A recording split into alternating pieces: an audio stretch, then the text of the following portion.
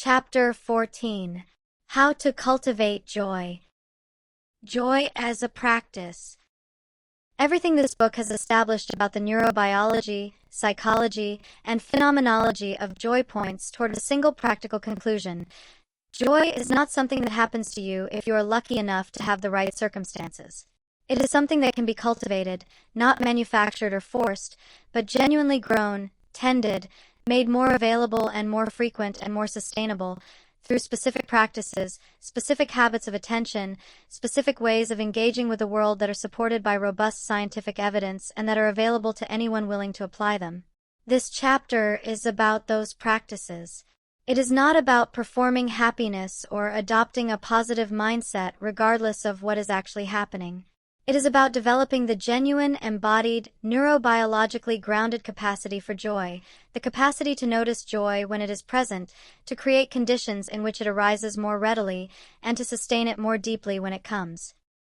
The single most powerful and well-evidenced joy practice is the cultivation of present-moment attention, the practice of being, as fully and as often as possible, genuinely here rather than mentally elsewhere.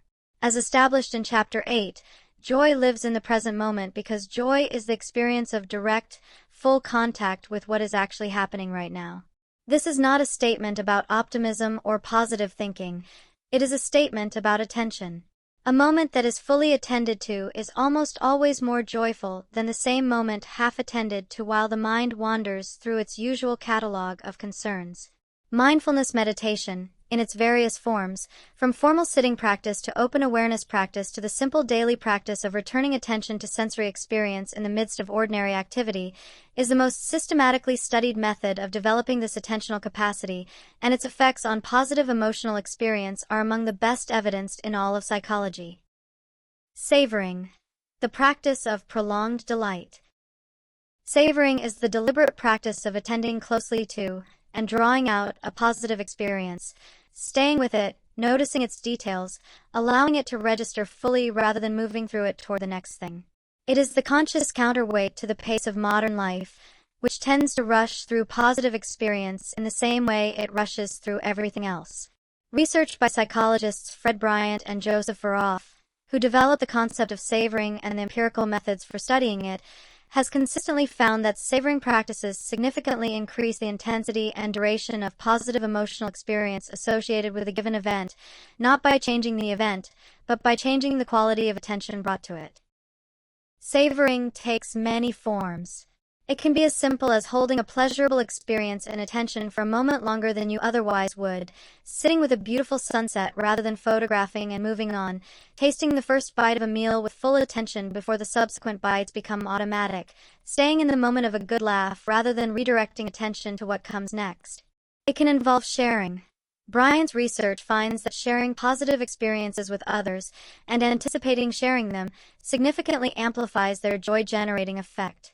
It can involve what psychologists call mental time travel in a specifically positive direction, deliberately and richly recalling positive memories, visiting them with the same attentional quality as a real present experience, and allowing the memory to generate the neurochemical response that the original experience produced.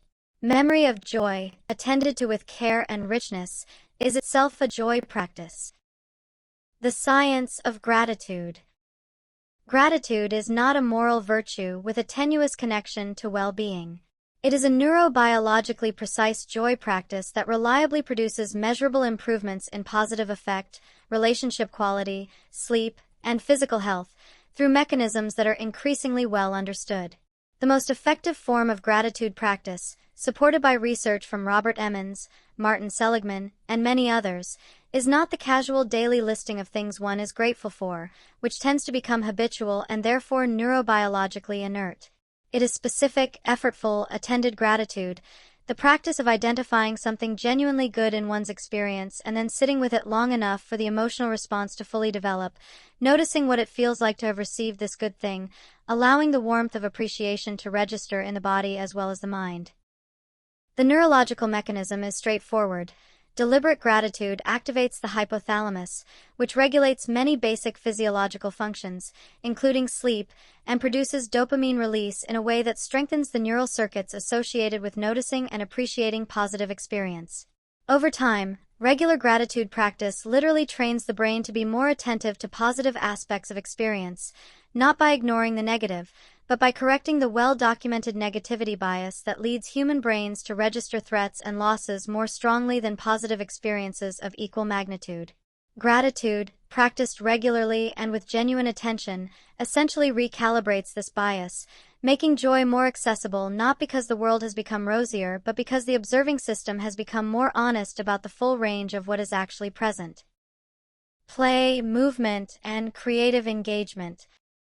The recovery of play in adult life, which for many people requires the conscious overcoming of cultural shame about playfulness and the deliberate carving out of time and permission, is one of the most direct and underutilized pathways to joy available to anyone.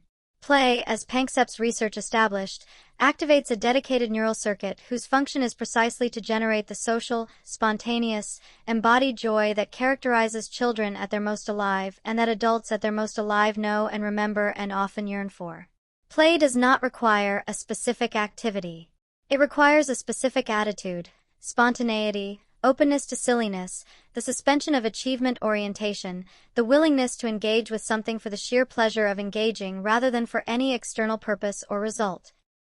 Physical movement, exercise in its broadest sense, including walking, dancing, sport, yoga, and any other form of embodied, rhythmic, physically engaging activity, is among the most robustly evidenced joy practices in the literature.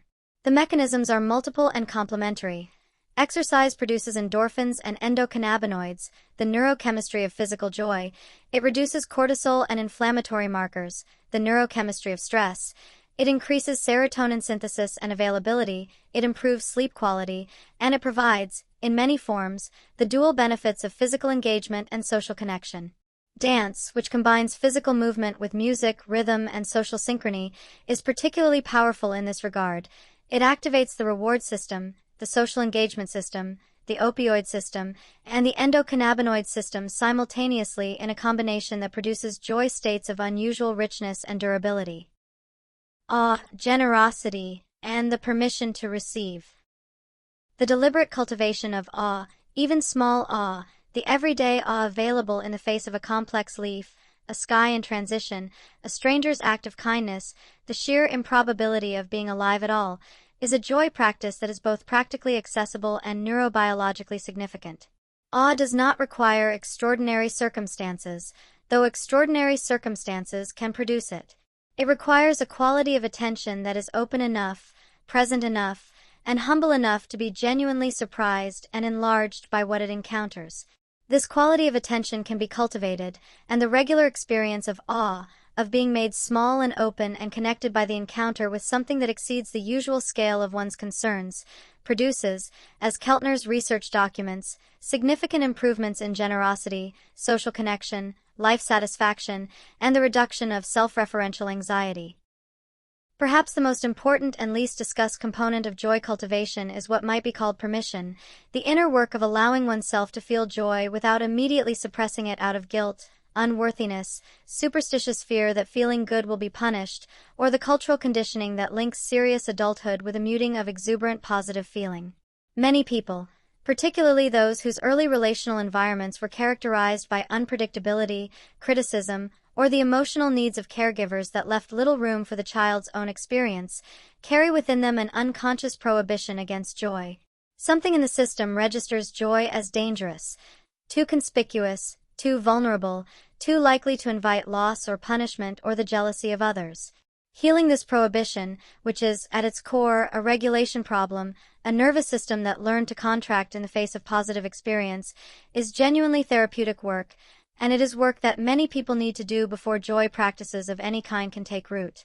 The most important joy practice, for many people, is simply this: when joy arrives, let it.